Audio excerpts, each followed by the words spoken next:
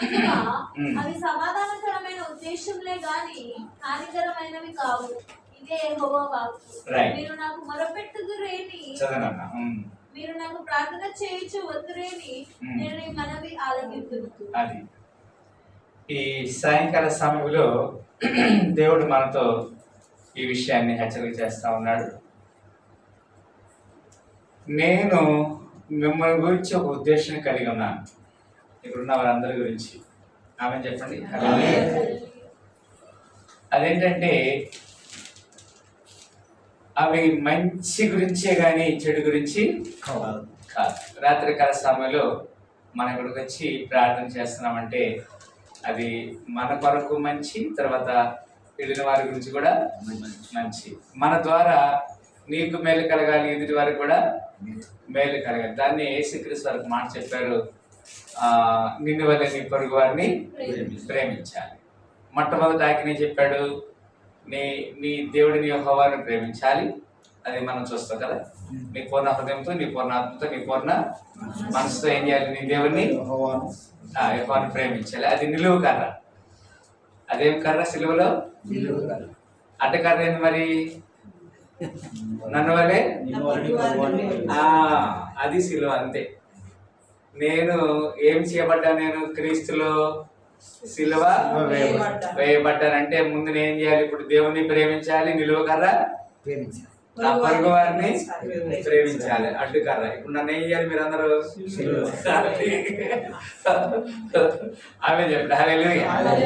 ఇదే మంచిది కదా. నన్ను అక్కడ ఏమన్నా, అక్కడ నేను మిమ్మల్ని గురించేటువంటి ఉద్దేశించిన సంగతులు నేను ఎరుగుదును కదా. పౌలు గారి గురించి, మరి మోషే గురించి, మోషేతో కూడా ఒక మాట అంటాడు, నీవు మాతో పాటు రాకపోతే మేము ఇక్కడి నుంచి వెళ్ళమన్నప్పుడు నా కృప నీకు చల్లని పౌలుతో చెప్తాడు.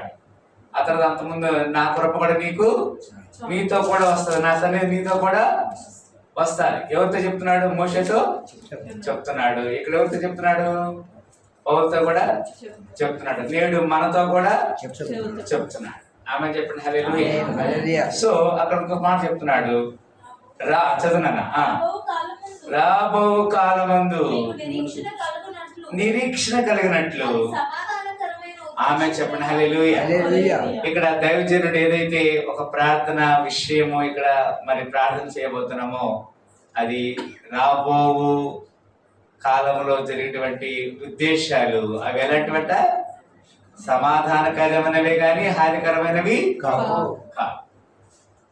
ఈ సాయంకాల సమయంలో దేవునికి మనం మొరపెడుతున్నాం కదా. ఇప్పుడు చదువున్నాను వర్స్ 12 వచ్చింది. ఏమన్నా అక్కడ? మీరు నాకు మొరపెట్టుదురేని,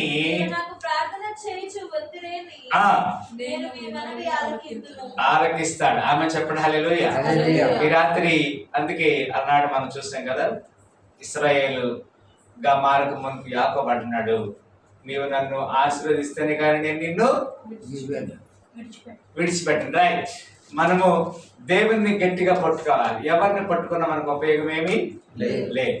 ఎవరి దగ్గరికి వెళ్ళి మనము షుడ్ నాట్ బౌ, ఎవరి దగ్గర మనం తల ఉంచాల్సిన అవసరము లేదు. ఎవరి దగ్గర ఉంచాలి? అందుకే ఒక మాట ఒక సేవకుడు అంటాడంటే, మనుషుల దగ్గరికి వెళ్ళి మనము వాళ్ళ దగ్గరికి వెళ్ళి మనం వాళ్ళ కాళ్ళు పట్టుకునే కంటే యేసు ప్రభు దగ్గరికి వచ్చి మోకాళ్ళు పట్టుకోవటం, మనం మోకాళ్ళు ఎచ్చటం మేలు. మరి మన జీవితంలో మరి దేవుడు అందుకే ఇంతకుముందు వీరందరూ చాలా మంచి మంచి విషయాలు చెప్పారు. మరి అన్ని చెప్పిన తర్వాత తేలిన ఫలితార్థం ఇదే. ఏం చేయాలి? నువ్వు దేవుణ్ణి ప్రేమించాలి, తర్వాత ఎవరిని ప్రేమించాలి? ఈ 2025 సంవత్సరంలో ఈ శ్రమల దినాల్లో దేవుడు మనతో మాట్లాడుతున్న మాటలు ఇవి. మనం ఆ విధంగా దేవునికి సంపూర్ణంగా లోబడాలి. ఒక మాట నేను ఎందుకు మాట చెప్తానంటే, మరి